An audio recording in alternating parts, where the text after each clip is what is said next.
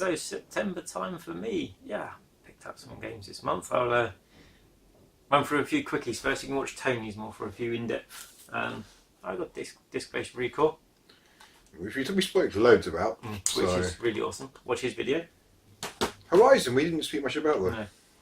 I got Horizon 3 on the Expo as well. As I say, I've played about an hour or so into this, and I really enjoy what I've played so far. The Horizon games really are my type of game. I would sort of say I'm playing a couple of hours. I love Horizon as well, though. Yeah. But the thing is, though, I also love normal Forza as well. But you have to play normal Forza multiplayer. Yeah. And even that as well. I mean, it's still better. That is still like Barrel of Monkeys by yourself. Yeah. I always remember us playing the first Forza, like the golf course, playing tag and hide and seek and stuff. Oh, first Horizon, yeah. That was awesome. That was some real great fun of a game. But this one, I haven't had any showcase events on this. I haven't got that far yet. Have you had any? Yeah, showcase at the beginning, don't you? Oh, the helicopter chase when you dropped the Jeep at the end. Yeah. I have no doubt there's a great big train track going around, so I have no doubt there's a train showcase coming up. Yes, there is. Yeah. It's really good. Yeah. And sail, I don't know. I don't know. I love the Harrier, the C-130 race, the cargo plane race at the end of the last one in Forza Horizon 2.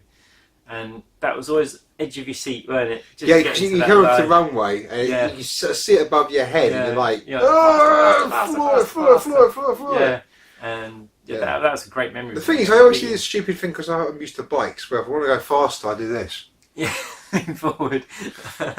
Play games like that, do you? Yeah, you do, literally. If we want to go faster, you go like that, and you're like, what the fuck am I doing? So, that's cool. But yeah, I mean, it's set in Australia this time. Well, their version of Australia, isn't it? Yes, their version of Australia, which is considerably smaller than the real version. Yeah, and utes. But it's still huge. Utility vehicles. They're weird, but they're cool. But it's single player this time. You can even set up your own. You can do blueprints for the races. You can do the exhibition, or you can do like your own blueprint, or if there's championship as well, isn't there? I don't think I've unlocked any of them yet. Yeah, I got championship. Yeah, I played it for a few hours. I played it for about 4 or 5 hours, something like that. I like driving to miscellaneously over the map and just finding the XP boards and stuff like that. Yeah, just cruising about.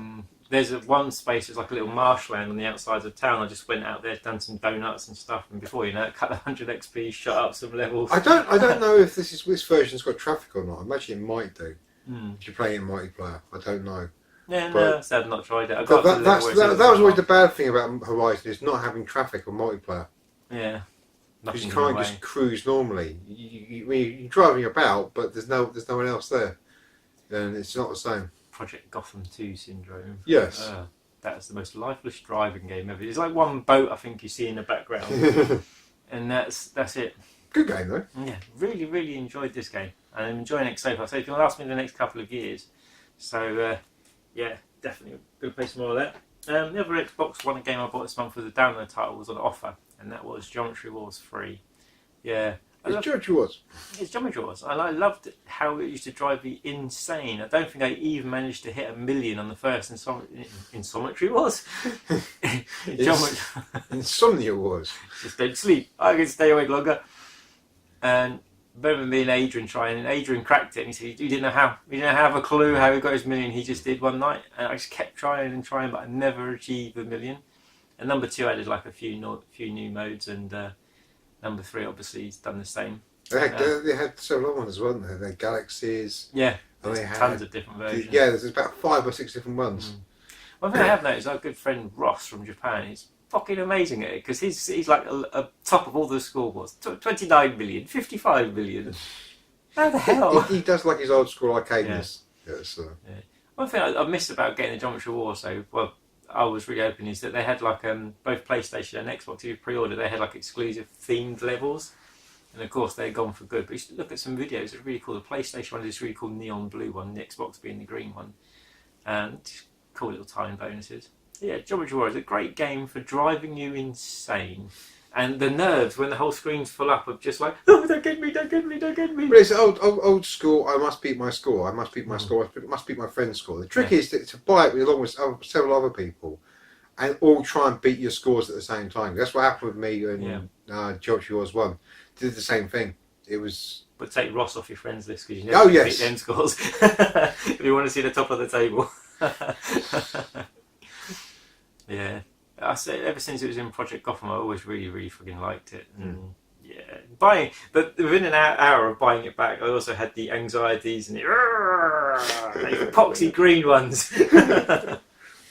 Yeah, so that's what I feel about roses. Yeah, I've just eaten the last one. Coffee. I like coffee. But also this month I got myself a 64GB memory card for the PS Vita because even though I had 16 gigs, it ain't freaking enough.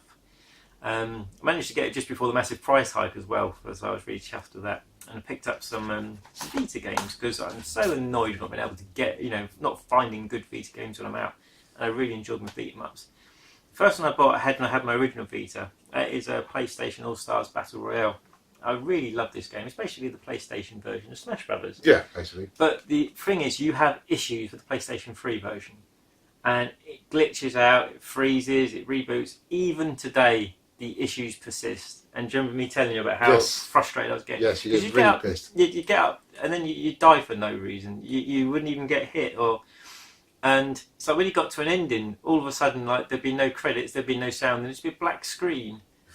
And so I managed to play through it with, I think it was Nathan from Uncharted, and I started going through each character, learning the moves, and the glitches just stopped me playing it. So hopefully the Vita version's a lot better. I had a good quick bonus the other night, and after playing the tutorial and getting back into it, I haven't spotted any glitches the other night, but I've only, say, an hour or so into it. But I do really, really enjoy these games, and, love playing them. The other one I bought, as you see the beat 'em up thing for the PS Vita, is Dead or Alive 5. These games are awesome. Tomonobu Itadaki had nothing to do with this one, so it's still as perfect as ever, but it's playable. Unlike the last bosses he tends to give us that are ridiculously hard because he thinks everyone's amazingly good at Dead or Alive like he is. But no, this one turned up a few days ago. I've not actually put this one into my Vita yet. So, yeah. It is good, but there's been 2 versions since, though, hasn't there? Yeah. The newest one we got in the Xbox One, which is really cool, last round. They've just added Mai from King of Fighters. It's actually SNK that did her as well. Yeah. So, they've added other characters as well. So if you ever want a laugh, go into like the PlayStation Network or the Xbox One store and type in the Dead or Alive last round and just look at the costumes. Yeah. Because there work out how much it costs. Thousands. Work out how much it costs. Yeah. Thousands. Yeah. But on top of it, it's a really cool game, and it includes my favourite character from Dead or Alive, from Virtua Fighter. That's Sarah Bryant. And she just fits in. I mean, it feels more. This one does feel more Virtua Fighter. They've definitely gone down the route of Virtua Fighter. Yeah, definitely. But the first one did, though. The first Dead or Alive felt very, very Virtua Fighter. It didn't feel very Tekken. Yeah. And 3 especially felt very Tekken. Yeah. 4 was sort of like a loose in between one where it really weren't. Yeah. But they started getting back on the ball here, and it's still really good. Yeah, my favourite's still 2. Yeah, I always remember the day I actually got the first one on the Saturn. I imported the collector's edition, which is just a slipcase. Woo! And the first thing you do is go into the option and you put like the breasts to a 90-year-old woman, and you just see jiggly physics on or off. Yeah. So, and that was awesome. And the thing that I will always say is the PlayStation version was brilliant because on the Saturn you had 2 or 3 costumes, but the PlayStation version you just had tons, and the graphics was so much better on the PlayStation version. But you didn't have the backgrounds, though. No, that's what you lost out on, isn't it? I don't know. I'd probably say that the Saturn version looked a bit more solid. You had that wibbly wobbliness that you get on the PlayStation. Yeah. That wibbly wobbly PlayStation Sicko-Vision sort of thing. You play for a couple of hours and you need to have a break. Yeah. Because you're feeling buzzy and... Everything wobbles. Nothing's solid. It's when you're getting old that happens. Everything. Mine's top scroll bobbly. Yes, and so the next one was Ultimate Marvel vs. Capcom 3. Getting absolutely ridiculously expensive. This one paid like 35 credit.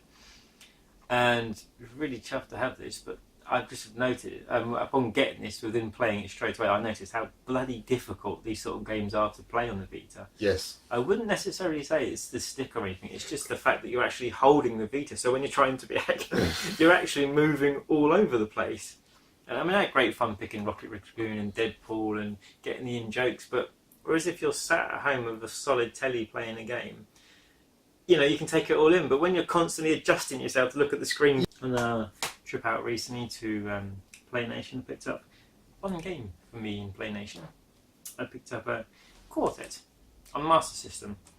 Which is only 2 players.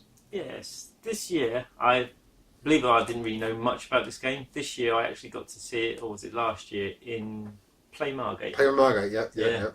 And straight away I was like, this looks bloody good. I remember waiting and I still didn't manage to get on it then. I just didn't get a chance to play it. But the first time I'd seen it in a shop up there. And, shop? Yeah, this Quartet for my Oh, right, yeah. And Dan knocked a little bit of money off for me. So, well, I stuff it, I'll get it. I mean, we didn't really buy much else up there, did we? And, yeah, it's very, very different. I've noticed the arcade, whereas the arcade's more about flying and moving, this is more of a platformer. Yeah. But what I've seen so far does look, it looks promising. Is it 4-player as well, the arcade? Where was it 3? Yeah, 4. Yeah, 4, so... Yeah, it'd be good to actually give this one a go. It was kind of like it came out the arcade version. No, the arcade version, but the arcade version came out that time that Gauntlet was kind of king. Oh right, because Gauntlet came along, it was like the first 4-player game, and everyone was like, "Whoa!" You know. After Gauntlet, you had Turtles, didn't you? And once they started, that was way after Thingy. That was way after, because Gauntlet was like 1986. My favourite year, something like that. I was 10. Yay. So 86, maybe 87 or something. I wish I could have played it at Play Margate, Stroke Geek, whatever it was. I just didn't get a chance because that bloke wasn't leaving the machine alone. Another game I picked this up from Retro Game Base. I haven't played this yet because we're going to do a first impressions. We're going to film a new one that's not like filmed 10 months ago, and we're going to put it up next Christmas so it's in sync with all the others. Yeah, I've heard really, really good things about this, and I had real good time playing the Wii. It's hard. Yeah. It's hard. But this is a 2-player one, so give this a bash. And yeah, so enjoy the video you're probably watching now, which will be part of our Let's Play. Then watch the Let's Play to see some more footage of it. On the PlayStation 4 this month, saw Reggie was playing Double Dragon 2, the arcade version. Yeah, I saw that. I saw he was playing it on Twitch, actually. Yeah. So I literally went out and bought some PlayStation credit and got it, because I'd never, ever played the proper Double Dragon 2. I've played countless crappy home versions of many different Double Dragon games, but never the arcade version of number 2. I put it on for about... really good. Yeah, put it on for half an hour. 20 minutes, half an hour. The first one actually is how bloody hard it is. Yeah. I mean, last year I still am going for a fashion of trying to get Double Dragon Advance on the Game Boy, because I really like Double Dragon games. So good. But I've got to say, Double Dragon 2 on the Battle Archives, on the Arcade Archives on the PS4. Because I kept going on about Double Dragon Advance to you. Sort of saying, oh, it's the best one, it's brilliant, it's brilliant. And I actually showed you it, and you were like, ooh. Yeah, didn't know nothing about it. Literally, you were like, ooh. And then I saw the prices on eBay, and I was like, ooh. Yeah, so I'm going to look forward to playing quite a lot of Double Dragon 2. Or trying to play through it anyway. I don't know if they've got online co-op. I assume they must have, or couch co-op. I imagine they must have. But the arcade, then there's lots of other video arcade archives on the PS4, and they're really worth tracking down. You've got some of the real top games like Bubble Bobble and so forth. The next couple of games are just like pick up some bundles that I'd bought and sold on. And the first one I got, because I didn't even know it existed, was Big Mother Trucker 2, Truck Me Harder. The only reason you've got that because it reminds you of the Sega one. Yeah, that's one of the main reasons. It's not really like the Sega. I mean, you got some graphics where you do finally get a truck, because you don't start off with a truck. You start with like a van, go around, earn money, buy a truck, do deliveries, have really story with like Birds Like Her, have a really lame, pervy story, obviously, with Birds Like Her, and eventually you buy a truck, and you do your truck deliveries. Have you played this one? I played the first one, but didn't really like it. I was like, this is like 18-wheeler. I played it. Like, no, it sucks. They're not like 18-wheeler at all. So these are like minus game, so it's not even free. I mean, selling the bundles. Like, yeah. Might get around to playing it. Might put it on the shelf next to the first one and go, hey, it's gonna go on the shelf. This game was another one that I got from a bundle. I always really fucking love this game, and it's the last game by the bloody hell they call Bizarre Creations. Bizarre. What he said, and that is Blur. Yeah, I freaking love this game. I didn't play when it came out because I was like, why are they doing a driving game? I literally waited about 6 months. No, because that's what they got from people. That's why. Well, they're doing a different driving game. Sorry. Yeah. So I waited 6 months down the line, and I sort of picked up, or I can't remember which one it was, and I put it on. And I had difficulty getting used to it to start off with straight away because it's quite different. I don't like the handling. I really don't like the handling. Very strange. Once you get into it and you've got your weapons, and it's like, oh, it's like a grown-up Mario. I was going to say, it's Mario Kart, basically. It doesn't look like it, but it is. It's, and I spent quite a bit. It should have been a lot more successful than it was. Yeah. It's a lot of fun. It's really strange because I think it came on PlayStation as well, didn't it? Yeah. Was it because it was like one of their first multi-format games in years? Which, of course, most of these people are now at playground games, aren't they, along with other people? And this is just a real great fun game. I think CEX is about £5, £4 or £5. And as long as you can find people online, I was playing some of the story mode, and that was all right. But the fun of these games, especially when you're shooting, is mates. You need to send your mate in first, last, right next to the finish line. Yeah, Mario Kart typically. Yeah. It's, Mario Kart on the Wii. I don't think I ever finished in the top 4 the few times I've played it. I've got to near the finish line. Normally, you so either many get times. near the finish line, you get like a silver shell or something that comes blowing you up, and you spin out, and they all go past, laughing. But this is, if you love your Mario Kart game, any sort of games, and it's kind of, it's just like a grown-up version of it. Yeah. But the handling is very, well, I wouldn't say twitchy, more stiff. Would you say stiff? It's definitely stiff. Yeah. But yeah, worth a try, especially if it's free. The next one went over to Ian's in Playaway, where he got his Skylanders from, and he had one that I've been after for a while, quite a rarish one, and that is Glass Rose. This is a bizarre game. This is not what I thought it would have been straight away. Right, so pretty much Glass Rose, I was expecting Resident Evil survival horror. No, I was expecting Clock Tower or Haunting Ground, where you basically can't fight and you have to run away all the time. Yeah, well, this one is very similar, but it's more point and click. You have to point and click the direction where he wants to go. Oh, right. Point on and click an item, which I didn't think it was. So I spent about an hour or so playing it. I really enjoyed it, but I was just blown back by how different it was. Because you have a cursor, you're like, go here, now go there, now go up there. And yeah, but really good. My style of game, survival horror, and I've still got to get me Clock Tower, because I've got the Haunting Ground, I've got to get me Clock Tower. And yeah, really, it's been on to get this for a long time. 29 quid for like half eBay price. So really, really chuffed to pick it up at this place. At this Splicers, Bioshock. Bioshock. You look and actually, literally the disc has been spliced into two. So you've got like half Glass Rose and half like, I don't know, Crazy Frog Racer. That's a pretty cool disc. Yeah, it's very sort of oldie worldy booky. Yeah. Even the instructions look cool as well. Yes. Has it been dipped in tea? No, it hasn't quite been dipped in tea to get the old authenticity. Long word. It's like filming in the afternoon again, and I'm still just as bad. So Glass Rose on the PlayStation 2. I'd like to get most of the survival horrors. I'm still missing a couple of them. That one that I really would like to get is Beyond Echo Night. And that looks really good, like the spaceship, the spacesuit one. Didn't even know it come out of here. But you should really go for Forbidden Sirens as well. They're really good.